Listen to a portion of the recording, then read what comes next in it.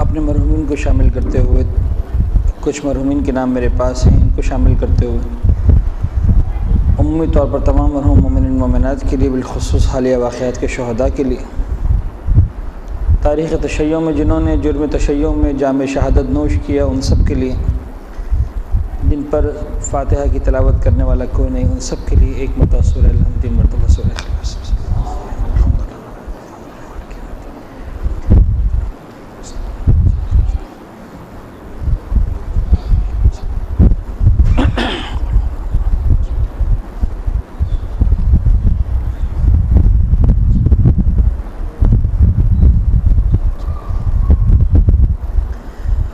اللہ السمیع العلیم من الشیطان اللعین الرجیم، بسم اللہ الرحمن الرحیم، الحمد للہ الذی علا فی توحدہ ودنا فی تفردہ، الذی بعد فلا یرا وقرب فشہد النجوہ، ثم الصلاة والسلام والتحية والإكرام على أشرف الأنبياء والمرسلين حبيب إله العالمين سيدنا ونبينا أبي القاسم محمد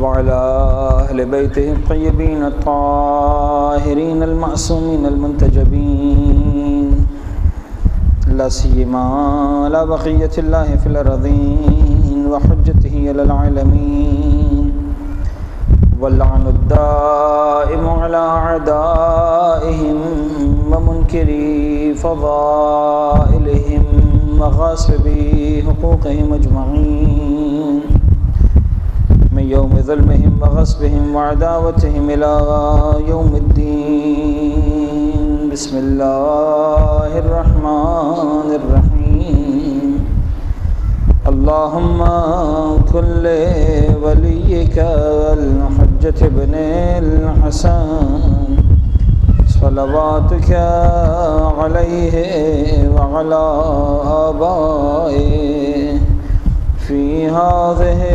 الساعة وفي كل ساعة وليا وحافظا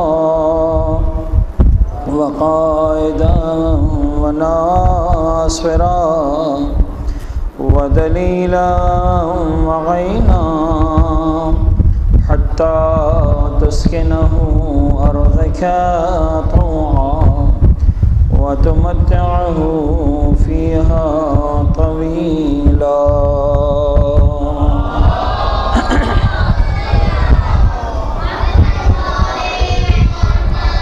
أما بعد فقد قال الله الحكيم في كتابه المبين، بسم الله الرحمن الرحيم، إنا أعطيناك الكوثر فصل لربك ونحر إن شانئك هو الأبتر۔ صلوات پڑھیں محمد۔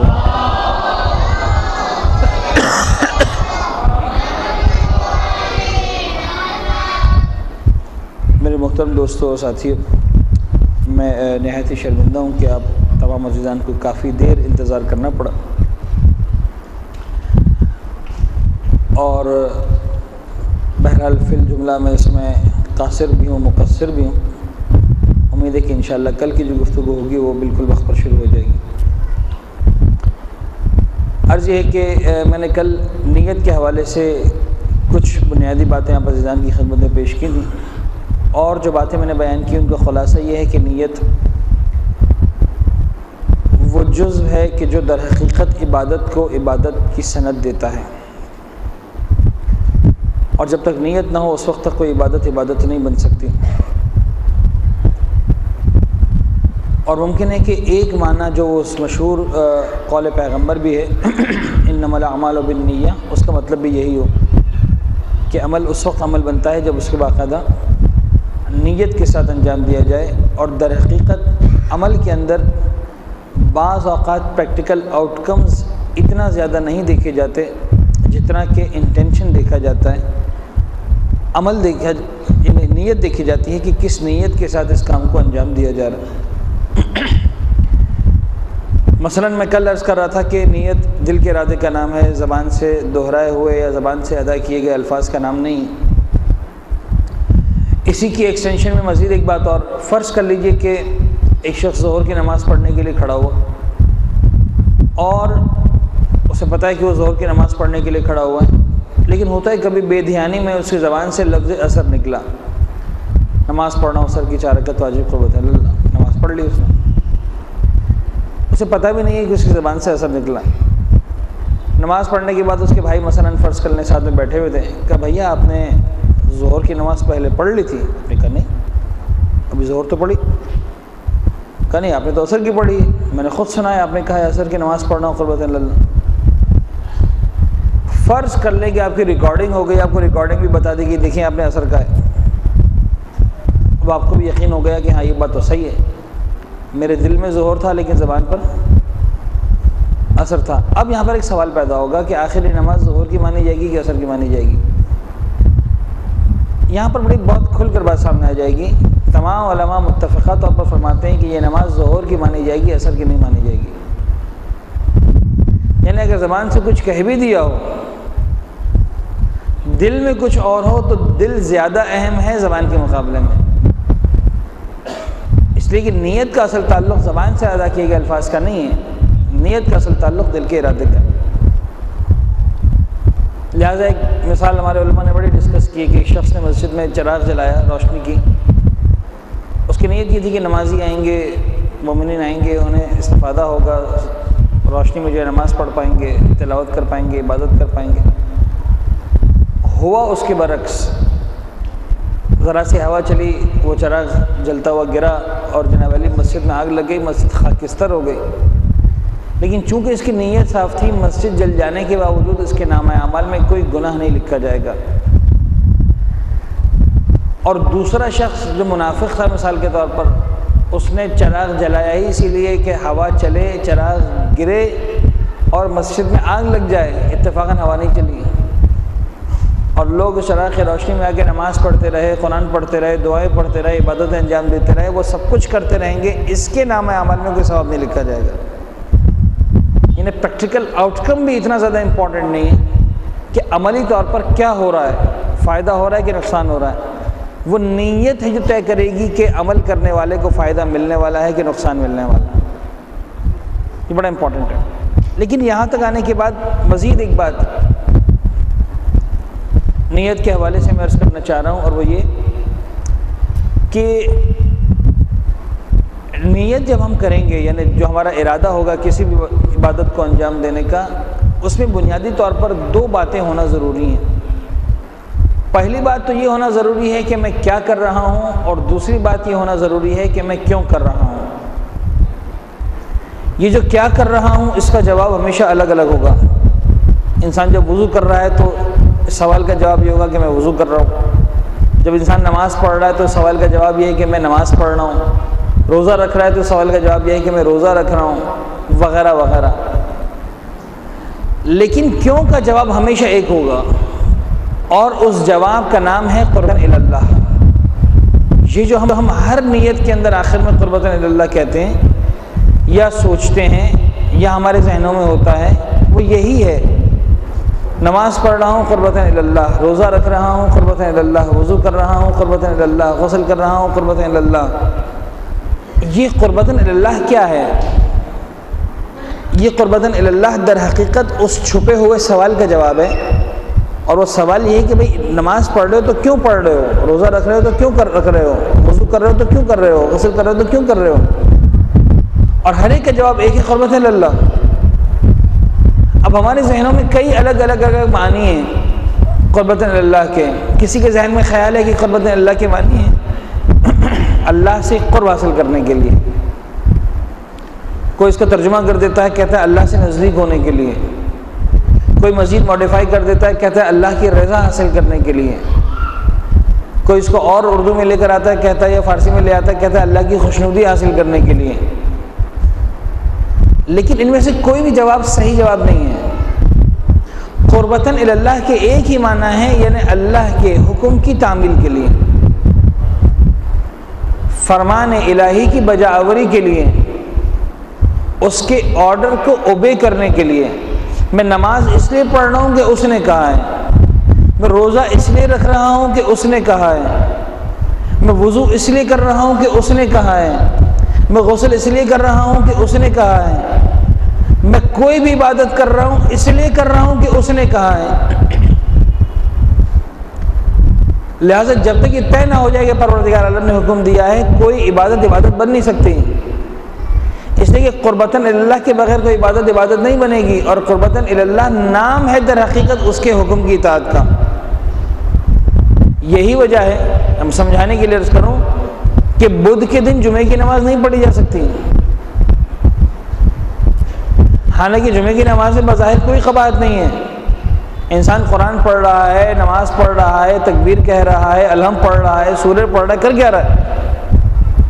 نماز جمعہ میں نعوذ باللہ کوئی حرام کام تو نہیں ہوتا، کوئی معصیت تو نہیں ہوتی، کوئی گناہ تو نہیں ہوتا، لیکن اس لیے نہیں ہو سکتی کہ اس نے کہا ہے جمعے کے دن کرنے کا، اگر وہی کام میں اس جمعے کو چھوڑ کر کسی اور دن کروں گا تو جو کل تک عبادت تھا آج یہی وبال جان بن جائے گا۔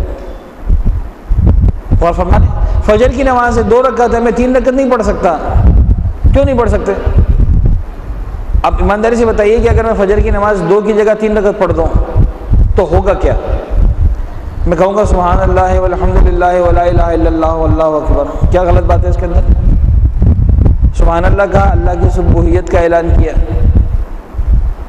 والحمد للہ کہا، پروردگار کی حمد و ثنا کی، لا الہ الا اللہ کہا، پروردگار کی وحدانیت کا اعلان کیا، اللہ اکبر کہا، اللہ کی کبریائی کا اعلان کیا، رکوع میں جا کر سبحان ربی العظیم وبحمدہ، سمع اللہ لمن حمدہ، سبحان ربی الاعلیٰ وبحمدہ۔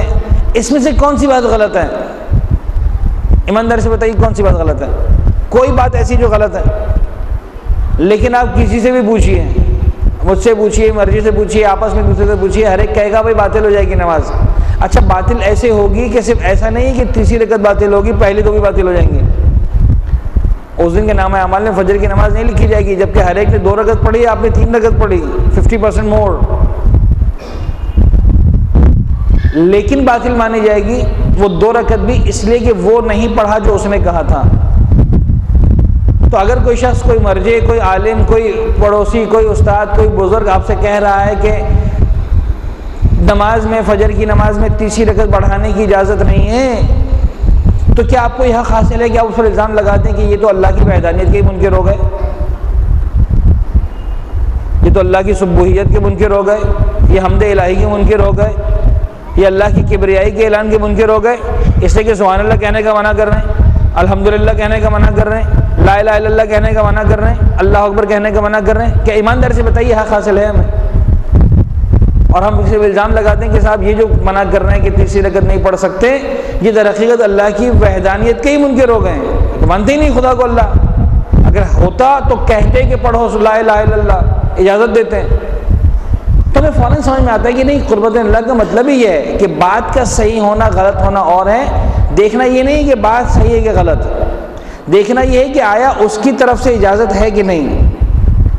تو یہ بات جب اللہ کی وحدانیت پر ہوتی ہے سمجھ میں آ جاتی ہے، لیکن تشہد میں اشہد ان علی ولی اللہ پر ہوتی ہے سمجھ میں نہیں آتی۔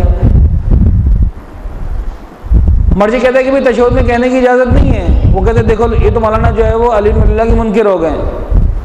ارے بابا وہ علی ولی اللہ کی منکر نہیں ہے، اسی پر تو کائنات کا نظام چل رہا ہے۔ سوال یہ نہیں ہے کہ بات صحیح ہے کہ غلط، سوال یہ ہے کہ وہاں پر کہنے کی اجازت ہے کہ نہیں۔ تو جہاں کہنے کی اجازت نہ ہو وہاں پروردگار کی وحدانیت کا اعلان کیا جائے تب بھی نماز باطل ہو جاتی ہے، جہاں کہنے کی اجازت نہ ہو وہاں پیغمبر کی رسالت کا اعلان کیا جائے تب بھی نماز باطل ہو جاتی ہے۔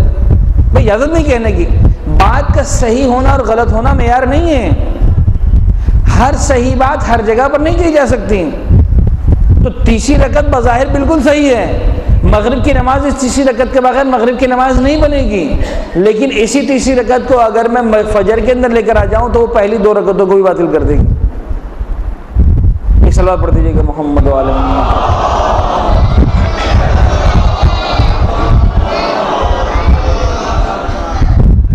حضرت گرامی، وقت بڑی رفتار سے گزر رہا ہے اور بہرحال کچھ عرائض ہم جناب شہزادی کونین حضرت فاطمہ زہرا سلام اللہ علیہا کے حوالے سے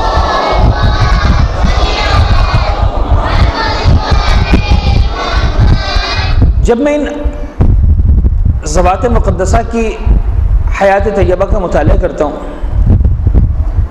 یا کوئی بھی شخص تاریخ کا طالب علم بن کر جب ان بزرگوار ہستیوں کی زندگیوں کو پڑھتا ہے، کوشش کرتا ہے سمجھنے کی، تو ایک بات جو بڑی کھل کر ہمارے سامنے آتی ہے، روز روشن کی طرح سے یہ بات عیاں ہو جاتی ہے، وہ یہ کہ ان بزرگوار ہستیوں کی زندگی کا محور جو ہے وہ ہمیشہ پروردگار کی ذات رہی، اور زندگی کا کوئی بھی مرحلہ ہو، زندگی کا کوئی بھی لمحہ ہو، زندگی کا کوئی بھی موڑ ہو، انہوں نے ہر موڑ پر یہی سوچا کہ ہماری اولین اور ہماری سب سے پہلی ترجیح پروردگار عالم ہے۔ اور جن گرامی، اگر آپ ائمہ طاہرین، جناب سیدہ، پیغمبر اکرم، انبیاء کرام، ان سب کی حیات طیبہ کو دیکھیں تو جب بھی ان میں سے کوئی بھی بزرگوار ہستی ایسے دوراہے پر پہنچی ہے کہ جہاں ایک طرف خدا نظر آ رہا ہے، ایک طرف غیر خدا نظر آ رہا ہے، انہوں نے کبھی بھی غیر اللہ کے راستے کو اختیار نہیں کیا۔ سوال یہ ہے کہ ایسے دوراہے انسان کی زندگی میں کتنی مرتبہ آتے ہیں؟ دیکھیے، امام حسین کی 63 سالہ زندگی کے اندر 57 سالہ زندگی کے اندر کربلا کا دورہ صرف ایک مرتبہ آیا۔ امام حسین کی 57 سالہ زندگی میں ایسا نہیں کہ ہر روز روزہ عاشور تھا، ہر دن ہر زمین کربلا تھی، ایسا نہیں۔ حسین کی ساری 57 سالہ زندگی میں ایک دن عاشور کا آیا، ایک دن کربلا کا آیا، اور کمال یہ ہے کہ سرکار نے اس دن کو ویسا دن بنا دیا جیسا بنانا چاہیے تھا۔ دونوں چوائسز تھیں، ایک یہ راستہ بھی تھا جسے آج ہم آسان ترین الفاظ میں حسینیت کا راستہ کہتے ہیں، ایک وہ راستہ بھی تھا جسے ہم آسان ترین الفاظ میں یزیدیت کا راستہ کہتے ہیں۔ دو ہی راستے تھے، کوئی زیادہ لمبی چوڑی چوائس بھی نہیں تھی، اس پہ چلے جاؤ یا اس پر چلے جاؤ۔ امام حسین نے یزیدیت کے راستے کا انتخاب نہیں کیا، اس راستے کا انتخاب کیا جسے آج ہم حسینیت کا راستہ کہتے ہیں۔ ان تمام ہستیوں کی زندگیوں کو دیکھیں، ہمیں بس بہت کھل کر نظر آتی ہے، اور یہ خود ہمارے لیے درس عمل ہے کہ دیکھو، عین ممکن ہے تمہاری زندگی میں بھی اس طرح کے چھوٹے چھوٹے دوراہے آتے رہیں۔ کربلا، حسینیت، یہ تو بہت بلند ہے، ہم اپنی مرضی سے کہہ دیں کہ روز روز عاشورہ، ہر شہر شہر کربلا، ٹھیک ہے، اپنی جگہ ممکن ہے، ایک حد تک فلسفے کو سمجھنے کے لیے صحیح ہے، لیکن تقریباً انسان اپنی زندگی میں چند مقامات ایسے آتے ہیں جب اس طرح کے دوراہے پر پہنچتا ہے اور اسے فیصلہ کرنا پڑتا ہے۔ سوال یہ کہ جب فیصلہ کرنے کی گھڑی آئی، اس دن کس راستے کا انتخاب کیا؟ دیکھیے، ہر دن فیصلہ کرنے کی گھڑی نہیں آتی۔ میں نے زندگی پر شراب نہیں پی، مثال کے طور پر، آپ کہہ سکتے ہیں مولانا آپ کو ملی کب کہ آپ نے نہیں پی، لیکن جس دن زندگی میں ملی اور میں نے پی لی، مثال کے طور پر، خدا نہ خاصہ، خدا نہ کرے کہ کسی مومن کا وجود اس گندگی اور اس نجاست سے آلودہ ہو، خدا نہ کرے، لیکن فرض کر لیں ایک انسان کے سامنے شراب آئی اور اس نے پی لی، اور خدا کی بارگاہ میں وہ کلیم کرے کہ پروردگار مجھے عذاب کس بات کا دیا جا رہا ہے، میں نے زندگی میں ایک ہی مرتبہ تو پی ہے۔ خدا جواب دے گا، زندگی میں تمہارا ایک ہی امتحان تھا، اس میں بھی تم ناکام ہو گئے۔ دیکھیے ایشو از ناٹ دیٹ کہ میں نے ایک مرتبہ پیے ہیں، ایشو از دیٹ کہ انسان کے پاس موقع ہی ایک مرتبہ آیا اور اس میں فیل ہو گیا، تو ساری زندگی کی تپسیا بیکار ہو جائے گی، ساری زندگی کی عبادتیں بیکار، میرا یہ کہنا بیکار ہو جائے گا کہ میں نے ساری زندگی نہیں پی، مسئلہ کہ ساری زندگی موقع ہی نہیں ملا تھا۔ میں عام طور پر اس کی مثال فرض کریں کرکٹ میچز کے حوالے سے نوجوانوں کو دیتا ہوں۔ فرض کریں شخص نے بڑے ریکارڈ قائم کیے ہوئے ہیں، زبردست ریکارڈز قائم کیے ہوئے ہیں، لیکن جس دن فائنل میچ کھیلنے کا موقع آیا، جس دن ورلڈ کپ کھیلنے کا موقع آیا، یہ پلیئر پہلی بول پر بولڈ ہو گیا، آؤٹ ہو گیا، تو جتنے ریکارڈز تھے پرانے وہ کام آئیں گے کہ صاحب دیکھیے آج میں نے نہیں کھیلا، ایک دن نہیں کھیلا، صرف میں ایک ہی دن تو آؤٹ ہوا ہوں، ساری زندگی کھیلتا رہا ہوں، آج مجھے جو ہے وہ سارے پچھلے کھیل کی بنیاد پر سارے جو ہے وہ میڈلز دے دی جائیں، مین آف دا میچ بنا دیا جائے، یہ کر دیا جائے، وہ کر دیا جائے، کچھ بھی نہیں ہوگا۔ مسئلہ ہے کہ جو تم نے کیا وہ کیا آج در حقیقت تمہارا امتحان تھا، جس دن امتحان تھا اس دن فیل ہوگا۔ حضرت گرامی اگر ہم بی بی کی حیات طیبہ کو اس پہلو سے دیکھیں تو ہمیں بڑی عجیب زندگی نظر آتی ہے۔ بطور خاص ایک چھوٹے سے واقعے کو لے کر میں پھر بات کو آگے بڑھانا چاہتا ہوں۔ انسانی زندگی کے اندر خود بی بی نے ایک مقام پر ارشاد فرمایا، اس حدیث کا میں ایک حصہ پیش کر رہا ہوں۔ بی بی نے فرمایا تمہاری دنیا سے مجھے ایک چیز پسند آئی ہے، 3 چیزوں کا تذکرہ کیا، میں ایک کا تذکرہ کر رہا ہوں۔ مجھے ایک چیز پسند آئی اور وہ ہے راہ خدا میں انفاق کرنا۔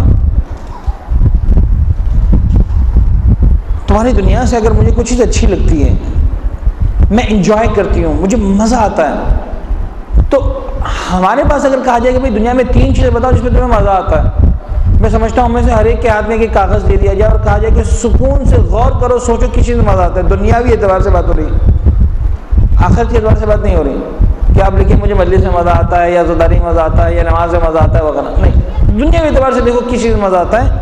تو ہم میں سے ہر ایک کی فہرست الگ ہوگی، بی بی کی فہرست الگ ہے۔ بی بی کہتے ہیں مجھے مزہ آتا ہے انفاق کرنے میں، راہ خدا میں دینے میں، یعنی میں اس کو آسان الفاظ میں اگر ترجمہ کر کے بیان کروں تو میں شاید یہ کہوں گا کہ مجھے مزہ آتا ہے کھانے میں، بی بی کہیں گی مجھے مزہ آتا ہے بھوکی کو کھلانے میں۔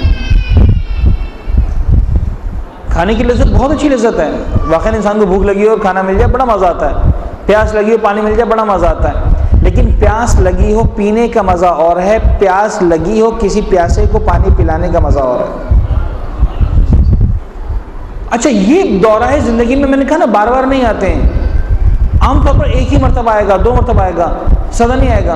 اب ایک دورہ بھی ان کی زندگی میں آیا اور حساس ترین مقام ہے انسانی زندگی کے اعتبار سے، حساس ترین مقام۔ میں چاہ رہا ہوں تھوڑا سا واقعے کو انالائز کروں گا نا، واقعہ آپ عزیزان کا سنا ہوا ہے بار بار کا۔ حساس ترین مقام کون سا مقام، کون سا وقت؟ شادی کی رات۔ مجھے اس سے غرض نہیں ہے کہ پیغمبر اکرم نے اپنی بیٹی کو کتنا قیمتی جوڑا بنا کے دیا تھا، مجھے اس سے غرض نہیں ہے اور اس کی کیا قیمت تھی، لیکن اتنا طے ہے کہ شادی کے دن، عروسی کے دن بی بی نے نیا جوڑا پہنا تھا، پوشیدہ اور پرانا لباس اتار کے رکھا تھا۔ ابھی مولا کائنات گھر میں تشریف نہیں لائے، بی بی اپنے حجرے میں، اور سائل نے آ کر دروازے پر سوال کر دیا کوئی ہے جو برہنہ کو کپڑے پہنا ہے،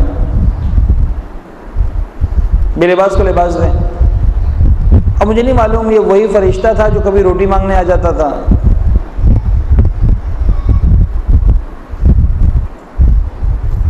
لیکن بہرحال در پر سوالی جب آ گیا، تاریخ کہتی ہے کہ بی بی نے جو راہ اختیار کی وہ یہ تھی کہ بوسیدہ لباس دوبارہ اتار کر پہن لیا، شادی کا جوڑا اتار کر دے دیا۔ اب مجھے اس سے غرض نہیں ہے کہ اس جوڑے کی قیمت کتنی تھی، 5 درہم تھی کہ 50 درہم تھی کہ 500 درہم تھی کہ 5000 درہم تھی کہ 5 لاکھ درہم تھی، مجھے اس سے غرض نہیں۔ آج ہم بی بی کے ماننے والے ہیں، مرد اور عورت، میں صرف عورتوں کی بات نہیں کروں گا، خواتین کی بات نہیں کروں گا، ہم میں سے کس کے اندر اتنی ہمت ہے کہ عین شادی کے دن شادی کا جوڑا اتار کر دے دیا جائے، ایک جوڑے کے علاوہ دوسرا نیا جوڑا نہ ہو اور پرانا جوڑا انسان شادی کے دن پہن لے؟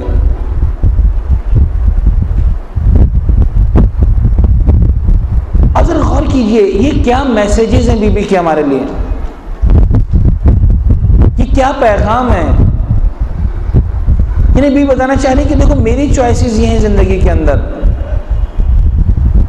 میرے سامنے اگر دورہ آئے گا تو اس دن بھی جہاں پر بڑی آسانی کے ساتھ چوائس ہے، مانگنے والے نے نیا جوڑا نہیں مانگا، مانگنے والا خوش ہو کر چلا جائے گا پرانا جوڑا لے کر بھی، اس کو نہیں پتا کہ کیا ہو رہا ہے گھر کے اندر، لیکن بیوی جائے کہ میرا اپنا ضمیر جانتا ہے کہ میرے پاس آج قیمتی ترین جوڑا ہے میری زندگی کا، میں نے شادی کا جوڑا پہن کے رکھا ہے، یہ جوڑا میں دینے کو تیار ہوں بارگاہ الہی میں خوشنودی حاصل کرنے کی خاطر.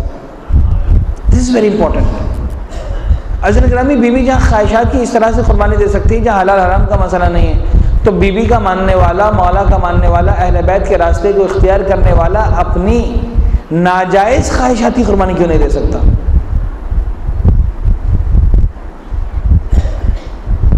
اور ان بزرگوار ہستیوں نے منزل عمل پر لانے سے پہلے جو اہم ترین کام کیا وہ علم کی پروموشن کا کام کیا. بڑا زبردست کام. بی بی کی حیات طیبہ میں نے کل ماں کے حوالے سے ڈسکس کی تھی، آج میں معلم میں انسانیت کے حوالے سے ڈسکس کر رہا ہوں. زیادہ وقت نہیں لوں گا لیکن بہرحال کچھ باتیں. ایک خاتون آئی، روایت بہار الانوار کی روایت ہے، علامہ مجلسی نے کتاب العلم کے اندر اس روایت کو باقاعدہ لکھا ہے. ایک خاتون آئی مولا جناب شہزادی کی خدمت میں، بی بی مجھے، میری والدہ نے مجھے آپ کے پاس بھیجا ہے کچھ سوالات کے جوابات معلوم کرنے کے لیے، کیا میں آپ سے پوچھ لوں؟ بی بی نے کہا پوچھ لو. ایک سوال کا جواب معلوم کرنے کے لیے بھیجا ہے، کہا پوچھ لو. اس خاتون نے ایک سوال کیا، بی بی نے جواب دے دیا. اس خاتون نے کہا کہ بی بی ایک اور سوال کر لوں؟ شہزادی نے کہا فرمائیے. اس خاتون نے ایک اور سوال کر لیا. کہا شہزادی ایک اور سوال کر لوں؟ کہا پوچھو. ایک اور سوال کر لیا. جب سوالات کی تعداد بڑھنے لگی تو خود سوال پوچھنے والی خاتون کو احساس شرمندگی ہوا اور کہنے لگی بی بی میں نے جو ہے وہ آپ کو واقعی تکلیف دی، ایک سوال کا کہہ کر آئی تھی اور اب میں سوالات کی فہرست بنا کر بیٹھ گئی. روایت کو آگے بڑھانے سے پہلے میں ایک سوال پوچھنا چاہ رہا ہوں، آپ کا کیا خیال ہے بی بی نے کیا جواب دیا ہوگا؟ یعنی کیا جواب ہونا چاہیے؟ جواب ہونا چاہیے کوئی بات نہیں، بڑی اچھی بات ہے، کوئی میں نے محسوس نہیں کیا، کوئی مسئلہ نہیں. سمپل سے جو تکلفات ہیں یا بے تکلفے کے ساتھ بھی کہا جائے گا تو یہی کہا جائے گا. لیکن جو بیوی نے جواب دیا وہ بڑا امیزنگ ہے، بڑا عجیب ہے. میں سمجھتا ہوں کاش اس تھیم کو ہم سمجھ سکیں، اپنی زندگیوں میں لا سکیں. اہل بیت کے ماننے والوں کی زندگیاں بدل جائیں گی، واقعاً بدل جائیں گے. اور ایک لفظ شہزادی نے انٹروڈیوس کیا ہے یہاں پر، میں سمجھتا ہوں کہ she was the pioneer to use this word. کہنے لگی کہ اچھا عجیب ہے. بیوی نے کہا کہ خاتون مجھے ایک بات بتاؤ. کچھ جواب نہیں دیا، ہاں نہ، اچھا لگا برا لگا. کہا کہ بیوی مجھے بات بتاؤ، تم جب تک سوال پوچھے میں تم سے سوال پوچھتی ہوں. کہا جی بیوی پوچھیں.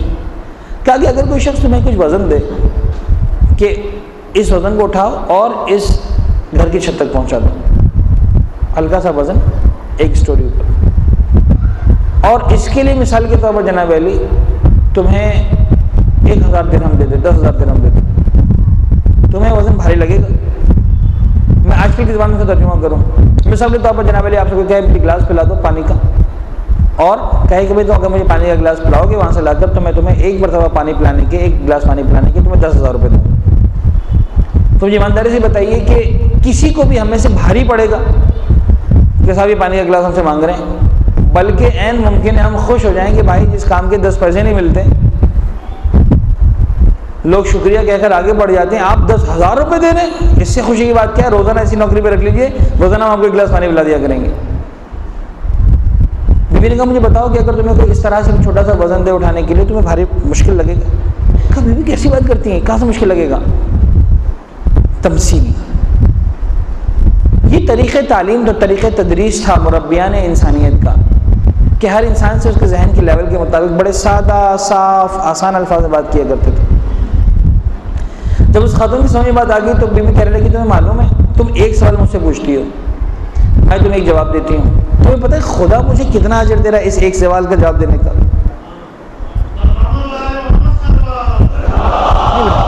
Thank you.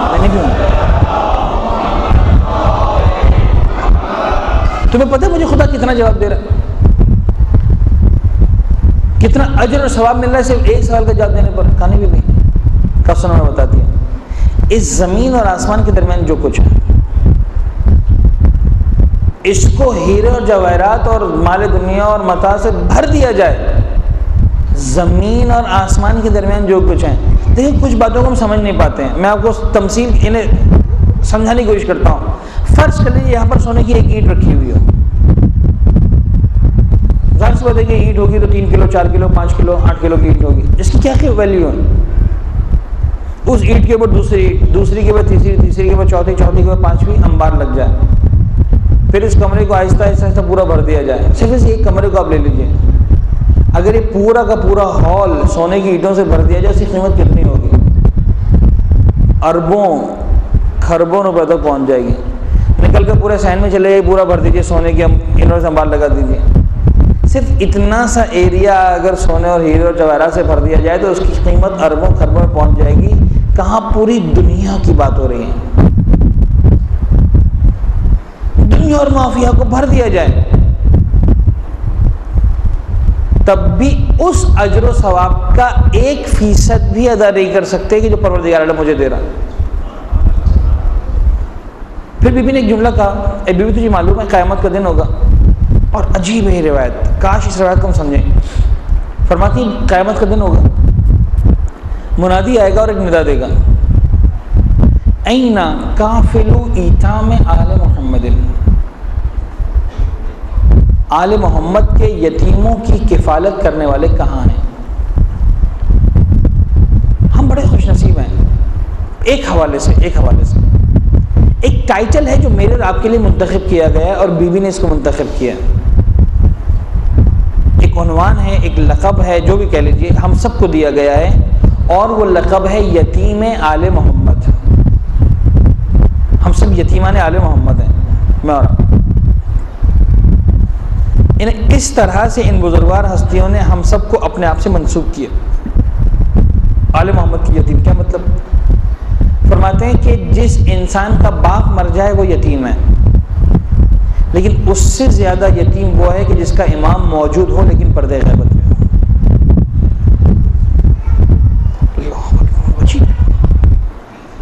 اور ظاہر سی بات ہے کہ صدیاں ہیں بی بی کے سامنے، اہل بیت اطہار کے سامنے. میں سمجھتا ہوں کہ تقریباً تمام ہمارے بزرگوار ائمہ نے یہ لفظ کو بعد میں استعمال کیا ہے. میں سمجھتا ہوں شاید پہلی مرتبہ یہ لفظ بی بی نے استعمال کیا ہے، ایتام آل محمد، آل محمد کے یتیم. کہا جائے گا کہ کہاں ہے آل محمد کے یتیموں کی کفالت کرنے والے ہیں. یہ ٹائٹل ایسا ہوگا کہ جب کہا جائے گا کہاں ہیں تو ہر ایک کو رائٹ نہیں ہوگا اٹھ کر سامنے آ جائے. صرف وہی سامنے آ سکے گا جس نے علم دین حاصل کیا ہوگا اور اہل بیت کے ماننے والوں تک اس علم کو پہنچایا ہوگا. میرے ذہن میں فوراً اس روایت کو پڑھتے ہوئے ایک منظر آیا. ہم لوگ اسکول میں ہوا کرتے تھے، بڑا سا گراؤنڈ تھا، سال کا اختتام ہوتا تھا، انعامات دینے کی باری آتی تھی. تو اس دن یہ ہوتا تھا کہ سارے اساتذہ سامنے آگے کھڑے ہو جاتے تھے، سینکڑوں ہزاروں کی تعداد میں طلباء تھے جو گراؤنڈ میں کھڑے ہوتے تھے، مائک پر اناؤنسمنٹس ہو رہے ہوتے تھے، اور اعلان کیا جاتا تھا بھائی فلاں بچہ ہے جو پوری اسکول میں فرسٹ آیا ہے. تو ان ہزاروں بچوں میں سے ایک بچہ نکل کر جاتا تھا اور پرنسپل کے ہاتھ سے انعام وصول کرتا تھا. میں سمجھتا ہوں کہ اس دن مثال کے طور پر 1000 میں سے ایک بچہ اگر پہلی پوزیشن لے رہا ہے، انعام لے رہا ہے، تو 999 کے 999 بچوں کے دلوں میں ایک ہی خواہش ہوتی تھی، حسرت ہوتی تھی، کاش اس کی جگہ ہمیں جانے کا موقع ملا ہوتا. اور یہ حسرت ایک ایسی حسرت ہے جس سے کسی کو روکا نہیں جا سکتا، انسان کے دل میں خواہش ہے. لیکن وقت گزر گیا، اس بچے نے سال بھر محنت کی تھی، لہذا اس کو ملا. قیامت کا میدان ایسا ہوگا، قیامت کے ناموں میں سے ایک نام ہے یوم الحسرات، حسرتوں کا دن. جس نے کیا وہ بھی حسرت کرے گا، جس نے نہیں کیا وہ بھی حسرت کرے گا. دونوں حسرت کریں گے، دونوں کفِ افسوس ملیں گے.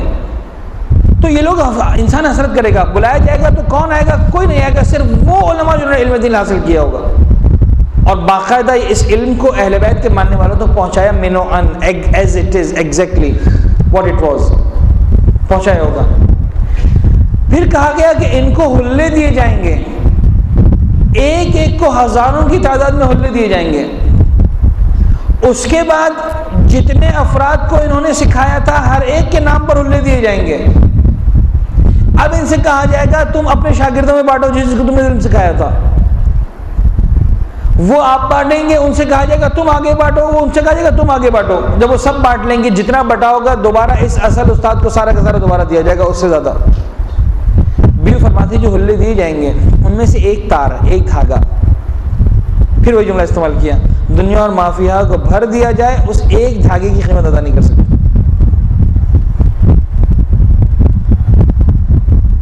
ایک نارمل خاتون ہے جو اپنی ماں سے کچھ سوالات ایک لے کر آئی ہے اور بیوی سے پوچھنا چاہتی ہے، اور ایک سوال پوچھ کر چلی جاتی ہے، اور آخر میں شرمندگی کا اظہار کرتی ہے کہ بیوی میں نے آپ کا وقت لے لیا، بجائے یہ کہنے کے کہ کوئی بات نہیں، ٹھیک ہے اب ہو گیا، نکلو، خدا حافظ، فی امان اللہ، مجھے اپنے گھر کے کام کرنے.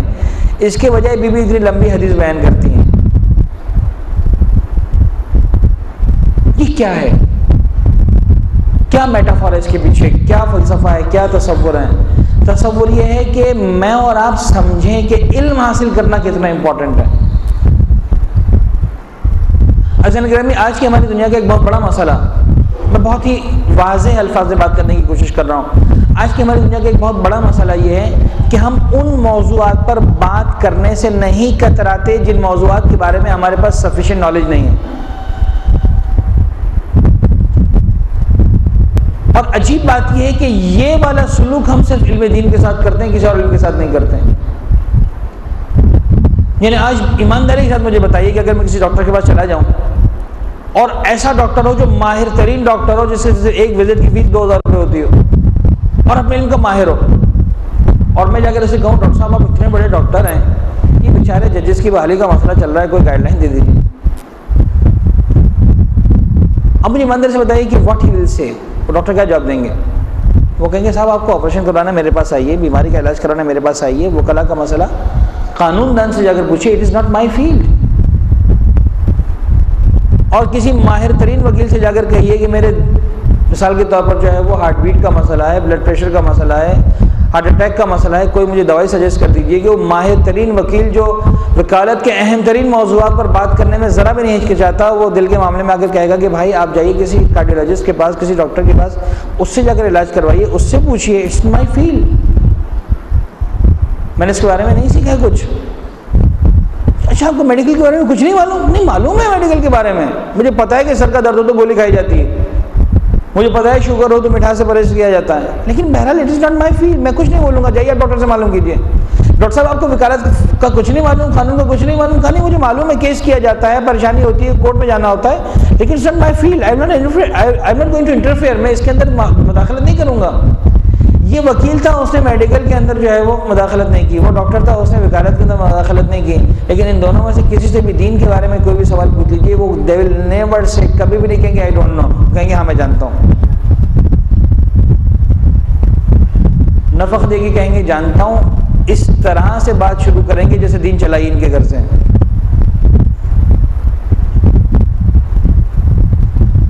دین نکلا ہی ان کے گھر سے. پیغمبر کے بعد جو اگلی وحی آئی ہے وہ انہیں پر آئی ہے، اور دین کے بارے میں انسان بولتے ہوئے ذرا سا بھی نہیں ہچکچاتا.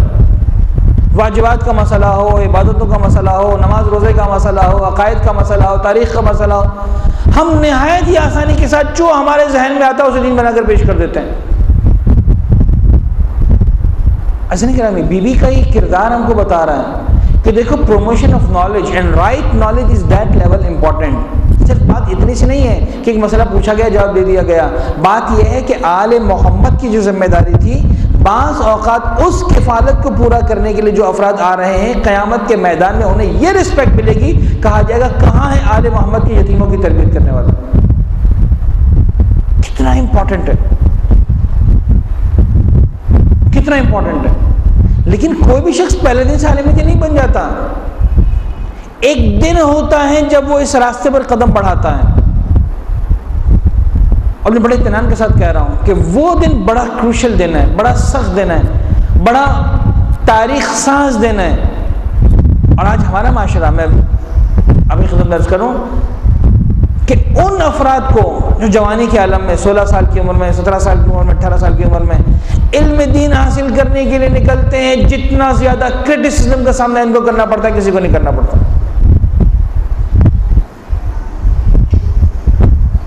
جتنا زیادہ تنقید اور مخالفت کا سامنا ان کو کرنا پڑتا ہے، خاص طور پر اگر کوئی باصلاحیت نوجوان علم دین کے راستے پر آ جائے، شامت آگے بیچارے کی، ارے تم کیوں مولوی بننے جا رہے ہو؟ تم تو ڈاکٹر بنو، تم انجینئر بنو، تم آئی ٹی کی فیلڈ میں چلے جاؤ، تم مینجمنٹ میں چلے جاؤ، بزنس مینجمنٹ ہے، کاسٹ مینجمنٹ ہے، پتہ نہیں کیا کیا مینجمنٹ ہے، اس میں چلے جاؤ، تو مولوی کون بنے؟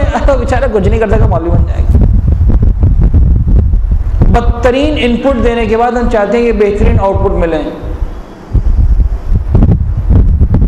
مولانا اظہر حسن زیدی صاحب مرحوم فرمایا کرتے تھے، میں نے سنا اپنے بعض اساتذہ سے، کہتے رہے ایک صاحب میرے پاس آئے اپنے بچوں کو لے کر، مولانا اس کو مولوی صاحب بنا دیجیے۔ بڑی خوشی، کوئی نہیں آتا، یہ بس صاحب چلے آئے، بڑی مہربانی کی بات ہے۔ بڑے خوش ہوئے، بٹھایا، کھلایا پلایا، ہاں جا انٹرویو کیا ہوا؟ کہاں مولانا میکینک کے پاس رکھا وہاں سے بھاگ گیا، اسکول میں رکھا وہاں سے بھاگ گیا، دکان پہ رکھا چوری کر کے آیا۔ مولانا نکمہ کہیں کا نہیں ہے، آپ اس کو رکھ لیجیے، مولوی بنا دیجیے۔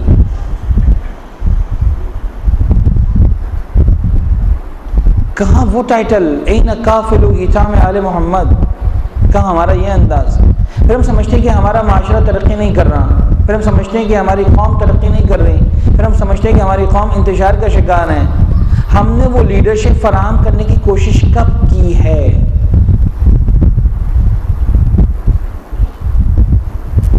کب کی؟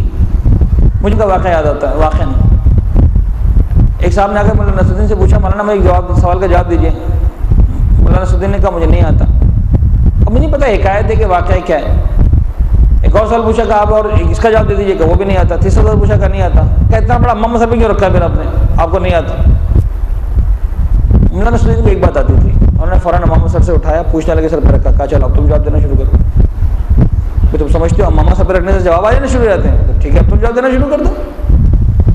خدا کا شکر ہے کہ امامہ سر پر رکھ کر بھی مجھے اتنا تو معلوم ہے کہ مجھے سوال کا جواب نہیں معلوم۔ ہماری بدبختی ہے کہ جن کو معلوم ہے کہ نہیں معلوم، وہ بھی کہنے سے ہچکچاتے ہیں کہ نہیں معلوم، بڑے مزے سے کہہ دیتے ہیں مجھے معلوم ہے۔ غور فرمائیں سن کرام، یہ ہے بی بی کا میسج ہم سب کے لیے۔ یہ وہ روایتیں جو نہیں آتی بی بی کی زندگی کو بیان کرتے وقت۔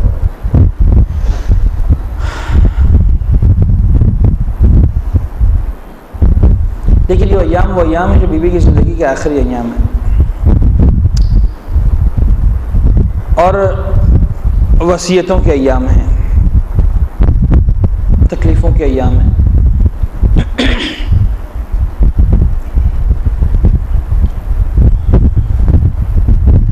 بعض روایتوں میں ہے کہ بیوی نے مولا کائنات کو بلایا، یہ علی میرے سرانے بیٹھی ہے۔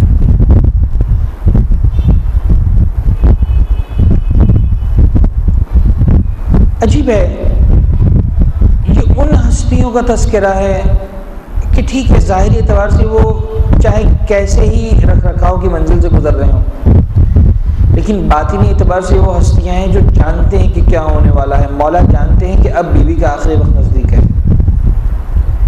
بیوی جانتی ہیں اب میرا آخری وقت نزدیک ہے۔ عجیب ہے۔ اور ایسے میں سیدنا علی کو بلایا، یا علی کچھ وصیتیں میری۔ ایک وصیت یہ کی کہ یا علی آپ مجھے خود غسل دیجیے گا، خود کفن پہنائیے گا۔ ایک بات میرے ذہن میں آئی، میں نے آج تک نہیں سنا، واقعی میں نے آج تک نہیں سنا کہ کسی خاتون کا انتقال ہو اور اس کے شوہر پر غربت کا یہ عالم ہو کہ اس کی بیوی کو غسل دینے کے لیے کوئی خاتون بھی نہ ملے۔ اصل کرام یہ وہ مصائب مولا کے، یہ وہ مصائب بیوی کے کہ واقعاً جس کا اندازہ لگانا ممکن نہیں ہے۔ یعنی آپ مجھے خود غسل دیجیے گا، ٹھیک ہے۔ ادھر بیوی دنیا سے رخصت ہوئی،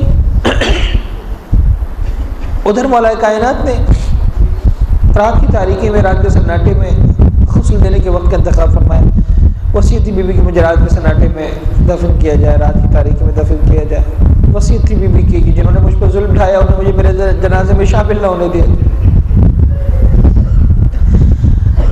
ایسے حالات کے اندر، ایسی غریب الوطنی کے اندر جنازہ اٹھائے، عجیب لگتا ہے مجھے پڑھنا۔ یعنی مولا کائنات نے بچوں کو روک دیا تھا رونے سے، دیکھو کسی کے رونے کی آواز بلند نہ ہونے پائے۔ مہینے کا سناٹا، رات کی تاریخ۔ دیکھو بچوں، کسی کے رونے کی آواز بلند نہ ہونے پائے، اصحاب کو روک دیا تھا، کسی کے رونے کی آواز نہ آنے پائے۔ کیا ہو رہا ہے؟ علی ہے سیدہ کے جنازے کو غسل دے رہے۔ سلمان کہتے ہیں میں باہر کھڑا تھا، ایک مرتبہ وہ وقت آیا کہ کسی اور کے رونے کی آواز نہیں آئی، علی کے رونے کی آواز بلند ہو گئی۔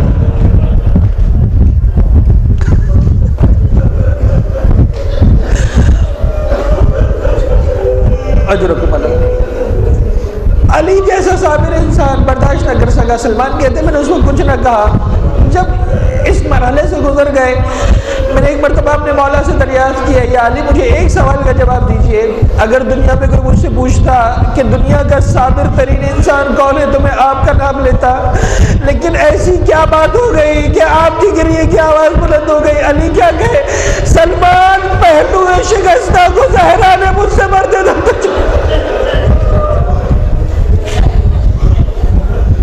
اجرکم اللہ، اجرکم اللہ۔ بس آپ نے کریا کیا، گفتگو مکمل ہوئی۔ ایک اور وصیت، کچھ وصیتیں تھی جو سامنے آ جاتی ہیں، کچھ وصیتیں جو اتنی آسانی سے سامنے نہیں آتی ہیں۔ یہ 11 ہجری کا سال تھا، وصیت تھی ختم ہو گئی، لیکن ایک وصیت 61 ہجری میں جا کر سامنے آئی 50 سال کے بعد، جب حسین ایک مرتبہ رخصت آخر کے لیے آئے۔ زینب نے حسین کو دیکھا، کہا حسین ذرا میرے پاس تو آنا، ذرا میرے پاس تو آنا، یہ کرتا پہن لینا۔ میں چھوٹی تھی، اماں اسی کرتے کو سیتی جاتی تھی، روتی جاتی تھی، مجھے رازدار بنایا تھا۔ کہتی تھی زینب جب حسین رخصت آخر کے لیے آئے، یہ کرتا میرے لال کو پہنا دینا۔ ارے حسین کا شاید یہی کرتا کفن بن جائے، اور حسین ذرا میرے پاس آنا، میں تیرے گلے کا بوسہ لینا چاہتا۔ اجرکم اللہ، میں تیرے گلے کا بوسہ لینا چاہتی ہوں۔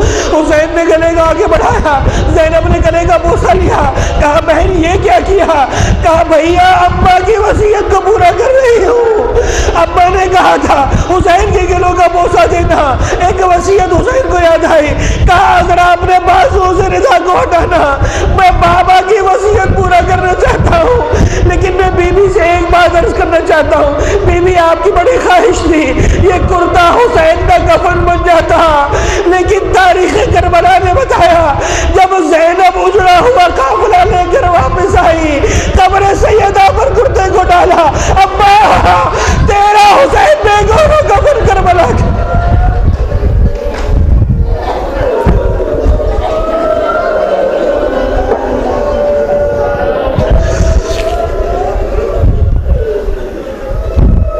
وَسَيَعْلَمُ الَّذِينَ ظَلَمُوا علی محمد ایام القلم بالقلم۔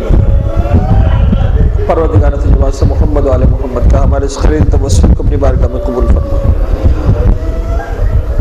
پالنے والے کربلا والوں کے غم کے سوا کوئی غم ہماری زندگی میں شامل نہ فرما۔ معبود ہمارے ناسوں کو رومال حضرت سیدہ میں جگہ عنایت فرما، جو بیمار ہیں ان کا شفاء کامل عنایت فرما، جو پریشان حال ان کی پریشانی کو دور فرما، جو بے اولاد ہیں ان کو اولاد صالحہ عنایت فرما، جو بے روزگار ہیں جو کم روزگار ہیں ان کے رزق حلال و طیب میں کثرت و برکت و وسعت عنایت فرما۔ معبود محمد و آل محمد کا واسطہ جو ذمہ داریاں اہل بیت اطہار نے ہمارے لیے معین فرمائی ہیں، بالخصوص علم دین حاصل کرنے کی ذمہ داری، اس کو پروموٹ کرنے کی ذمہ داری، ان ذمہ داریوں کو بطور حسن نبھانے کی ہم سب کو توفیق عنایت فرما۔ ایسا معاشرہ تشکیل دینے میں ہر فرد کو اپنی اکائی کے اعتبار سے کہ وہ معاشرہ جو علم دین کے حصول کو، علم دین کے پروموشن کو ایکسیپٹ کرتا ہو، اپنی اپنی حیثیت میں، اپنی اپنی کیپیسٹی میں اپنی ذمہ داری نبھانے کی ہم سب کو توفیق عنایت فرما۔ ماننے والے محمد و آل محمد کا واسطہ دنیا میں جہاں بھی اہل بیت کے چاہنے ماننے والے موجود ہیں ان سب کی جان، مال، عزت اور آبرو کی حفاظت فرما۔ بابو شہزادی کونین کا واسطہ، شہزادی کی اجڑی ہوئی ٹوٹی ہوئی قبر کا واسطہ، جنت البقیع کے ویران مزارات کی تعمیر نو کے اسباب جلد از جلد فراہم فرما۔ جو حج و زیارات کے متمنی ہیں حج و زیارات سے مشرف فرما۔ پالنے والے قلب ناظرین امام زمانہ کو ہم سب سے راضی و خوشنود فرما۔ ہم ہماری گناہگار آنکھوں کو مولا کے دیدار سے منور فرما، پالنے والے مولا کے سچے شیعوں میں، سچے ماننے والوں میں، سچے انتظار کرنے والوں میں ہم سب کا نام شامل فرما۔ اپنا کردار، اپنے بچوں کی تربیت، اپنے گھرانوں کا ماحول امام کی تعلیمات کے مطابق بنانے کی ہم سب کو توفیق عنایت فرما۔ اپنی آخری حجت امام عصر والسماء کے ظہور میں تعجیل فرما۔ ربنا تقبل منا انک انت السمیع العلیم۔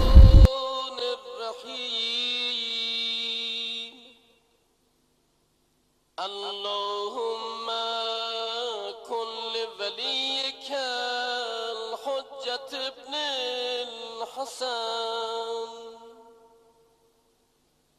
صلواتك عليه وعلى آبائه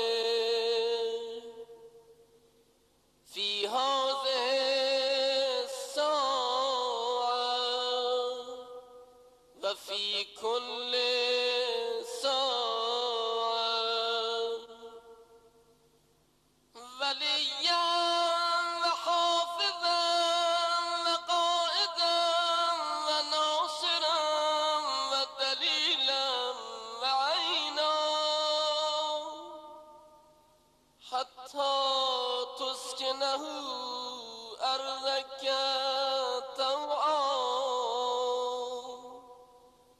وتمتعه فيها طويلا۔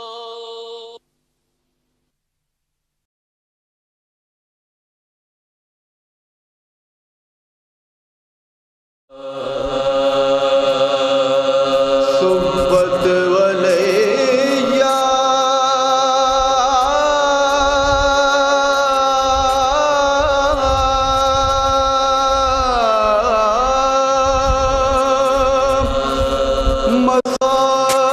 مصائب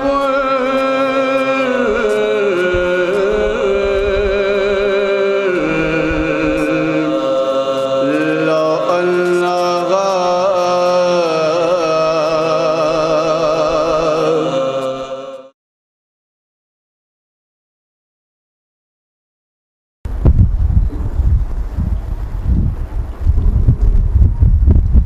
اپنے مرحومین کو شامل کرتے ہوئے، کچھ مرحومین کے نام میرے پاس ہیں، ان کو شامل کرتے ہوئے عمومی طور پر تمام مرحوم مومنین مومنات کے لیے، بالخصوص حالیہ واقعات کے شہداء کے لیے، تاریخ تشیع میں جنہوں نے جرم تشیع میں حبیب الہ العالمین سیدنا و نبینا ابی القاسم محمد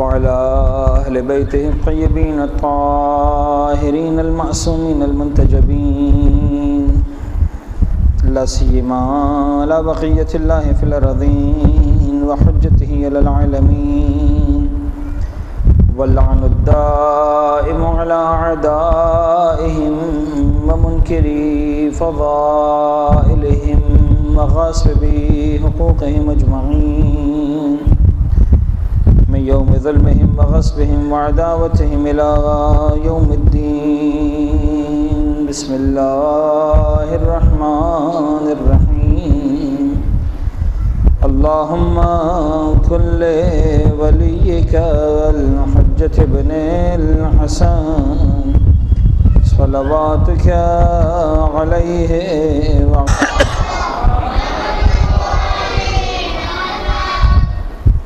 میرے محترم دوستوں اور ساتھیوں، میں نہایت ہی شرمندہ ہوں کہ آپ تمام عزیزان کو کافی دیر انتظار کرنا پڑا، اور بہرحال فی الجملہ میں اس میں قاصر بھی ہوں، مقصر بھی ہوں۔ امید ہے کہ انشاءاللہ کل کی جو گفتگو ہوگی وہ بالکل وقت پر شروع ہو جائے گی۔ عرض یہ ہے کہ میں نے کل نیت کے حوالے سے کچھ بنیادی باتیں آپ عزیزان کی خدمت میں پیش کی تھیں، اور جو باتیں میں نے بیان کی ان کا خلاصہ یہ ہے کہ نیت وہ جزو ہے کہ جو در حقیقت عبادت کو عبادت کی سند دیتا ہے، اور جب تک نیت نہ ہو اس وقت تک کوئی عبادت نہیں بن سکتی۔ اور ممکن ہے کہ ایک معنی جو اس مشہور قول پیغمبر بھی ہے انما الاعمال بالنیہ، اس کا مطلب بھی یہی ہو کہ عمل اس وقت عمل بنتا ہے جب اس کے باقاعدہ نیت کے ساتھ انجام دیا جائے، اور درخت میں جام شہادت نوش کیا ان سب کے لیے جن پر فاتحہ کی تلاوت کرنے والا کوئی نہیں، ان سب کے لیے ایک مرتبہ سورہ الحمد، 3 مرتبہ سورہ اخلاص۔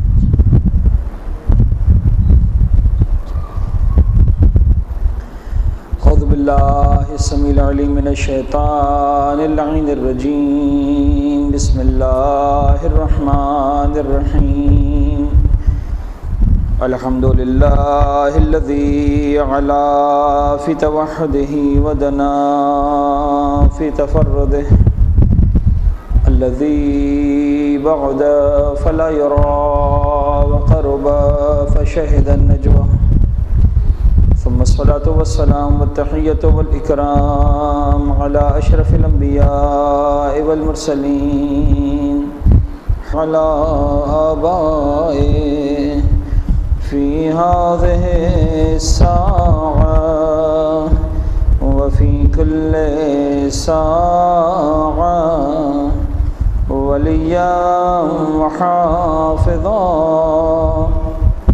وقائدا وناصرا ودليلا وعينا حتى تسكنه أرضك طوعا وتمتعه فيها طويلا۔